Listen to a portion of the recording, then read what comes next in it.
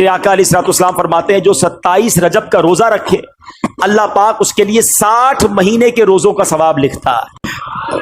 हजरत सलमान फारसी रदी अल्लाह तआला रिवायत करते हैं कि प्यारे आका अलैहिस्सलाम ने इरशाद फरमाया, रजब में एक दिन और रात है, जो इस दिन का रोजा रखे और रात को इबादत करे तो गोया उसने 100 साल के रोजे रखे और 100 साल शब बेदारी की।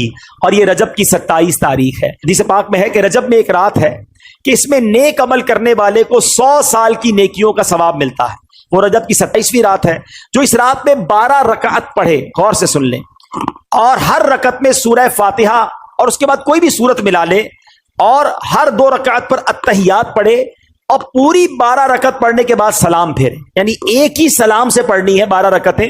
हर 2 रकत बाद अत्तहियात पढ़ के फिर खड़े हो जाए, सूरह फातिहा के साथ कोई भी सूरत मिला ले, बेहतर है 3-3 बार सूरह इखलास पढ़ लें, ठीक है। अब जब 12 रकत